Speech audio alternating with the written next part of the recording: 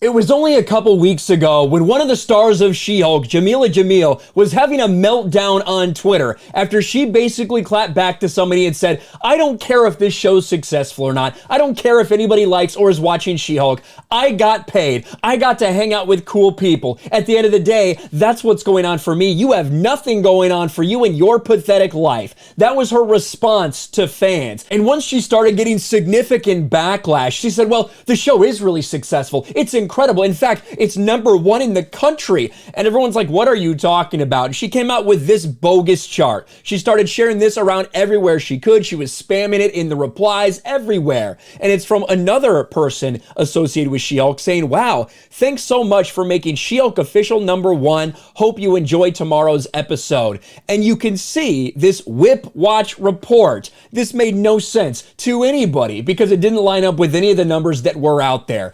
Well, now we know for a fact that this was complete and total garbage because we have the actual numbers. Week of September 19th through the 25th, well, I responded today.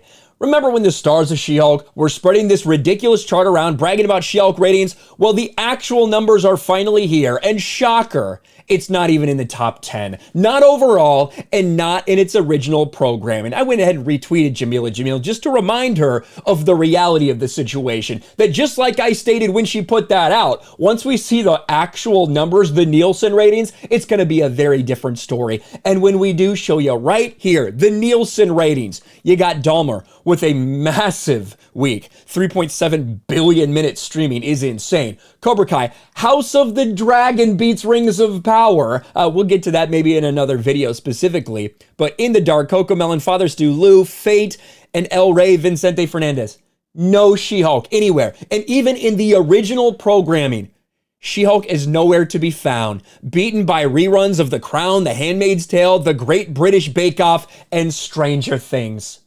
Can't even make the top 10, all while people like Jamila Jamil were trying to lie to everybody, trying to say She-Hulk's it's the top show in America, using this one random app that only some people use and just using information from that app. Not the way it works, Jamila. I'm sorry. You got absolutely blown out of the water, and we have the receipts. But take a look overall at this report. Dahmer dominates Nielsen US streaming chart as House of the Dragon leapfrogs The Lord of the Rings. And that is a big deal. I've been talking about Rings of Power and House of the Dragon, that competition between them. The fact that House of the Dragon is now outstreaming Rings of Power is massive. Not simply because it's beating them there, but because it also airs on HBO Max and, you know, people DVR it, it's on demand for people that have cable, all that stuff. So 20 to 30% of the audience is watching over on HBO. That means that House of the Dragon is absolutely eviscerating and dominating Rings of Power. But let's bring it back to She-Hulk, shall we? Last week, these were the numbers for She-Hulk last week, week of 9/12 through 9/18. She-Hulk on the original programs was just hanging on by a thread. Number 10 out of 10. And this is something that they're saying, oh, it's moving the needle. It's so influential. It's incredible. It's the top thing in the country. No, it's fucking not. Now, compare that to what we do have today. I'll go to the Nielsen ratings themselves so you can see it. Stranger Things is number 10 with 416 minutes. Now, last week, Stranger Things had 479 million minutes watched. She-Hulk, did it go up? I guess it could have gone up slightly. Could also gone down below 402. We don't know the exact numbers. They only tell us the top 10. They only tell us the relevant shit, which is not She-Hulk. Now, as I mentioned in my shot across the bow tweet here, I expect it'll have a bump when the ratings finally catch up to the Daredevil episode. The thing about these Nielsen ratings, they're a couple weeks behind, which is why I'm bringing up this post that she made weeks and weeks ago. Like 3 weeks ago is when she made this claim. I didn't forget about it. It was still in my mind. So when I saw this week come out, I knew I had to go back. I wonder if they'll brag about this. I wonder if they'll use this as a cudgel against fans. I wonder if there'll be another Twitter meltdown associated with people from She-Hulk in regards to this. Because now, as we can clearly see with the official Nielsen numbers, this chart is bogus.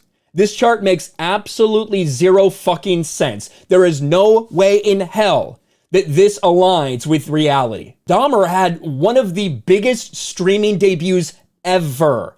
We're talking about 3.7 billion minutes watched on Nielsen streaming. But on this stupid chart, like I pointed out weeks ago, this didn't make sense. It's number 4.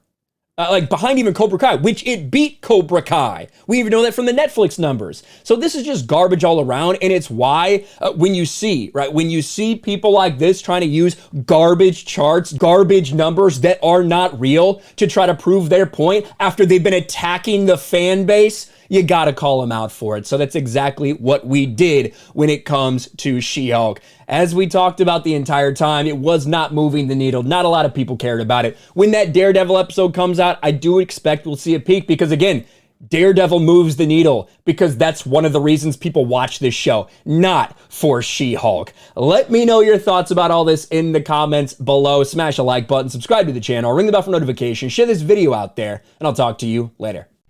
Thanks for watching, everyone, and a huge shout out to my patrons. I appreciate you guys so much. Want to follow me on Twitter or Instagram? Check out the description below.